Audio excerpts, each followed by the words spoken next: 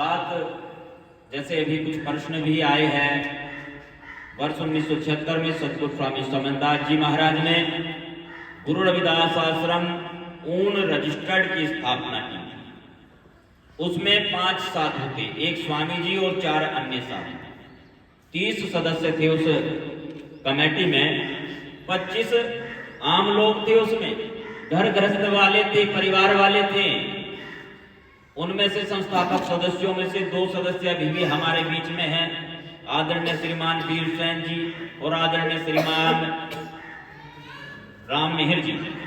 तो ये भी मौजूद है, इनका भी मैं धन्यवाद करता हूँ। गुरु महाराज इनको दीर्घायु और उत्तम स्वास्थ्य दें। इसके साथ ही धीरे धीरे ये कारवा आगे चलता रहा। जो भी घटनाएं हुई सब उससे परिचित है, मैं उनको दोहराऊंगा नहीं।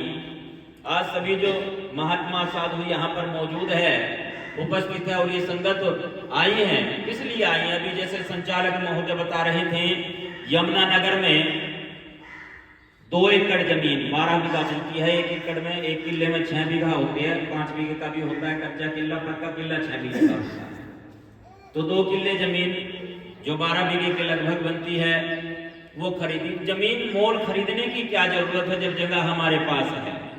वो तो हो गया, वहां पर बन जाएगा, वो जल्दी तैयार हो जाएगा। एक इंटरनेशनल स्कूल बनेगा गुरु रविदास जी महाराज के नाम से, क्योंकि सतगुरु स्वामी समनदास जी महाराज का यह आदेश था मुझे। ये इतनी जगह यहाँ पर है, इस जगह का क्या होगा? किस लिए ये जमीन खरीदी गई थी? किस लिए यहाँ पर ये धन खर्च किया गया था? क्या कारण था?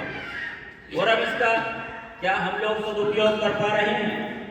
किसी के पास 100 गज जगह भी नहीं है, 100 गज में आश्रम चल रहे हैं, 50 गज में आश्रम चल रहे हैं, और हमारे पास ये कई बीघा जमीन है और हम इसका रख रखाव नहीं कर पा रहे हैं।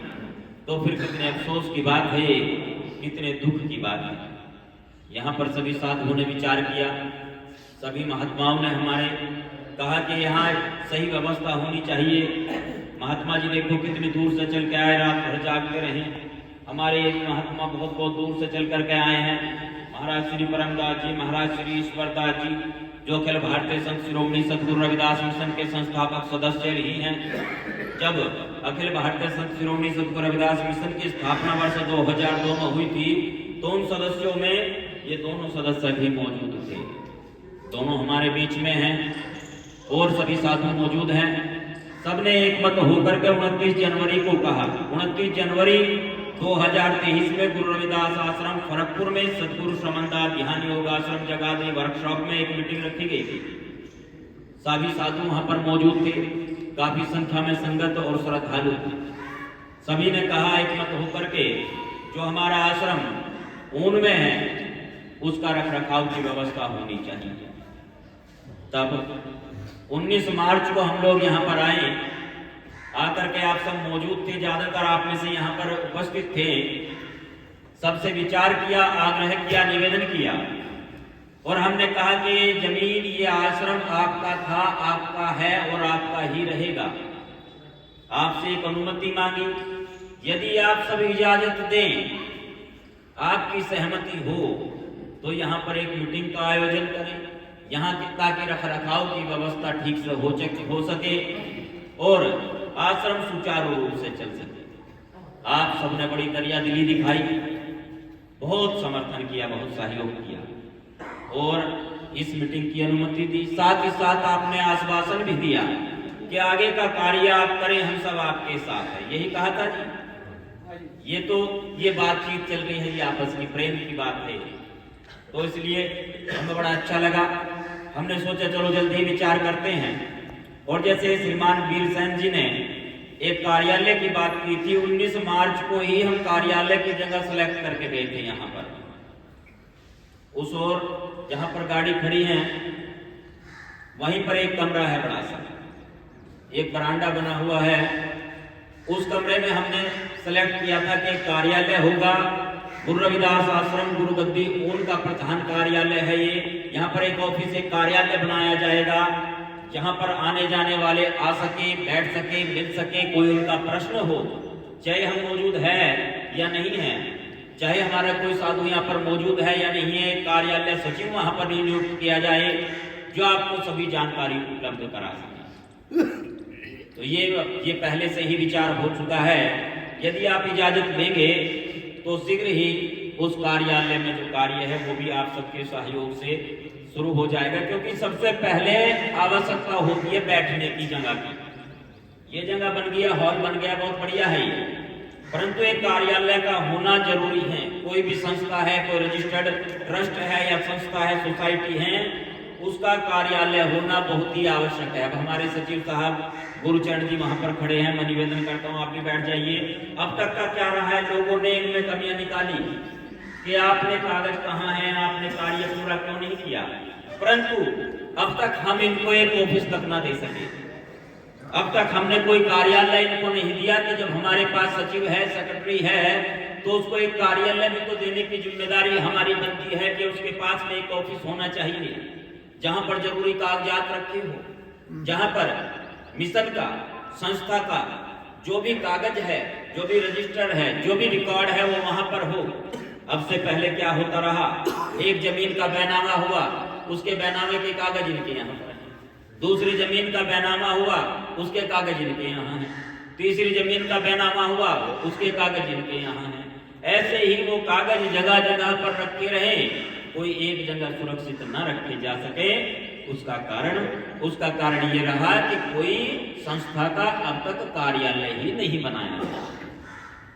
कागजों में तो है कि कार्यालय यहाँ पर है, जो मिशन का कार्यालय वो भगवानपुर खेड़ा में है, परंतु मूर्त रूप में वो हमारे सामने नहीं था।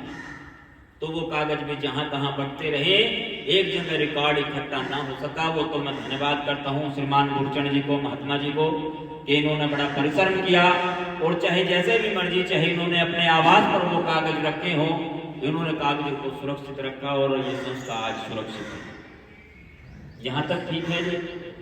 अब दूसरी बात आती है कि कार्य का संचालन कैसे होगा। यदि हमने पारदर्शिता रखनी है, पारदर्शिता कैसी, यानी कोई भी बात हो उसका पता सबको होना चाहिए, कोई भी काम हो वो सबकी जानकारी में होना चाहिए।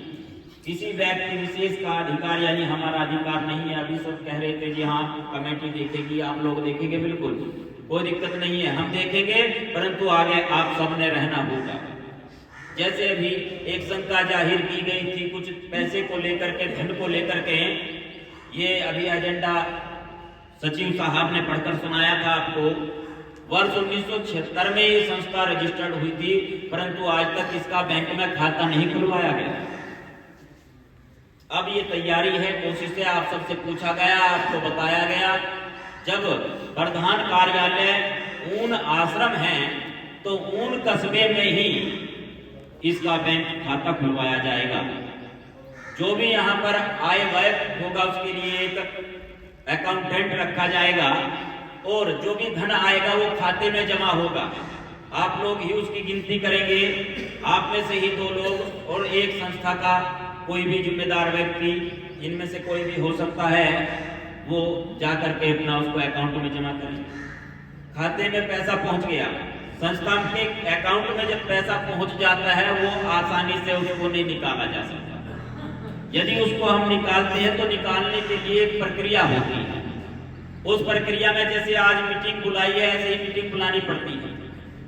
मीटिंग में सबको कारण बताया जाता है कि आश्रम पर या किसी भी कार्य के लिए कुछ पैसे की आवश्यकता है, और यदि आप सहमत हो तो प्रस्ताव लिखा जाता है, कितना पैसा निकालना है, कैसे निकालना है, किसके अकाउंट में डालना है, वो चेक नंबर भी भरा जाता है, चेक से ही पैसे निकलते हैं। ये पारदर्शिता है। यदि आप सब सहमत हो, आपकी सहमति हो, आपकी इजाजत हो, तो यहाँ पर एक खाता भी खोला जाएगा, अकाउंट खोला जाएगा। पूरी तैयारी है हमारी इसके अकाउंट को खोलने के लिए। कोई भी पैसा बाहर नहीं रहेगा, ना तो मेरी जेब में रहेगा, ना इसकी जेब में रहेगा, और ना ही आप में से किसी की जेब में रहेगा। यदि आप सहमत हो तब ये कार्य होगा। ठीक है जी, आप विचार कर लीजिएगा।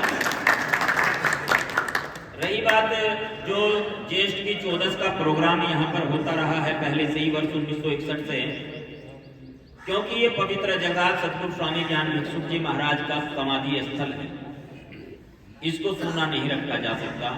गांव वालों ने बहुत तारीफ का काम किया है। जैसे ही यहाँ से भंडारा ट्रांसफर हुआ, उसके बाद आप लोगों ने यहाँ पर प्रतिवर्ष कार्यक्रम को जारी रखा, कोई उसमें आपने रुकावट नहीं आने दी। बहुत बहुत धन्यवाद है आप सबको।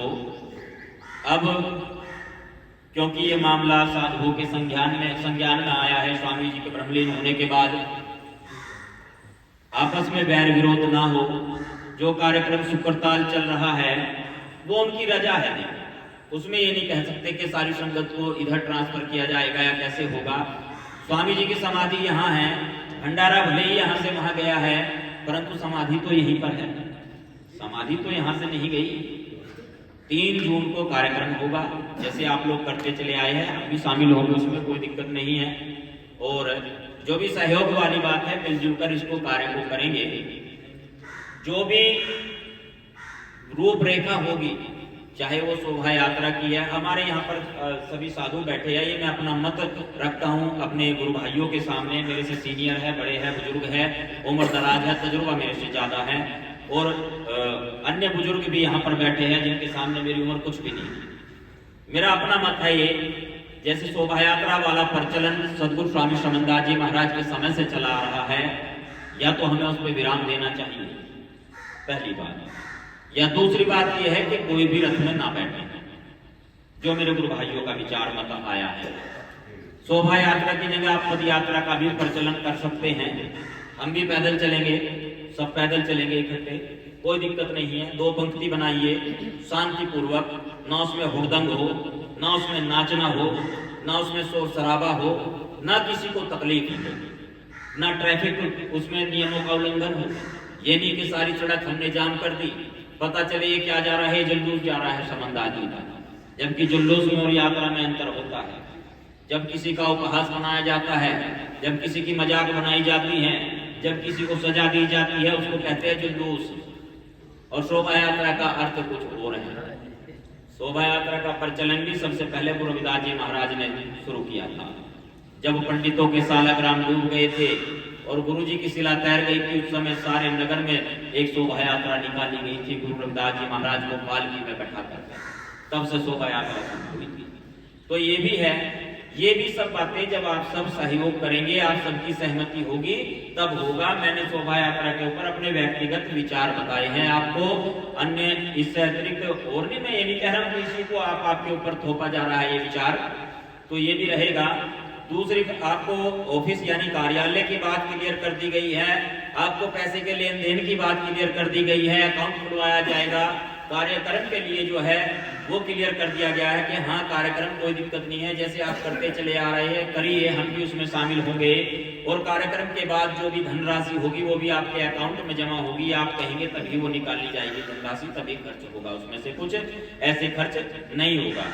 जैसे ये आज का कार्यक्रम का खर्च है, जो पैसे जमा पूंजी आपके अकाउंट में है उसे खर्च नहीं किया जाएगा। ये आपस में से ही जो भी मेंबर है संस्था के, वो थोड़ा थोड़ा सहयोग करके इस खर्च को भी उठा लेंगे। ऐसे ही हर प्रोग्राम का भी खर्च होगा। कुछ नियम बनाए जाएंगे, जो धन अकाउंट में जमा होगा किन किन जगहों पर वो खर्च किया जा सकता है। किसी फंक्शन पे खर्च नहीं होगा, किसी सत्संग पे खर्च नहीं होगा। यदि हमने कोई कार्यक्रम करना है उसके लिए हम पैसा इकट्ठा कर सकते हैं आपस में, जो जमा पूंजी है उसको खर्च ना किया जाए। ये सब होगा आपके सहयोग से, आपकी सहमति से, अकेले हम लोग या कोई अकेला इसको नहीं करेगा।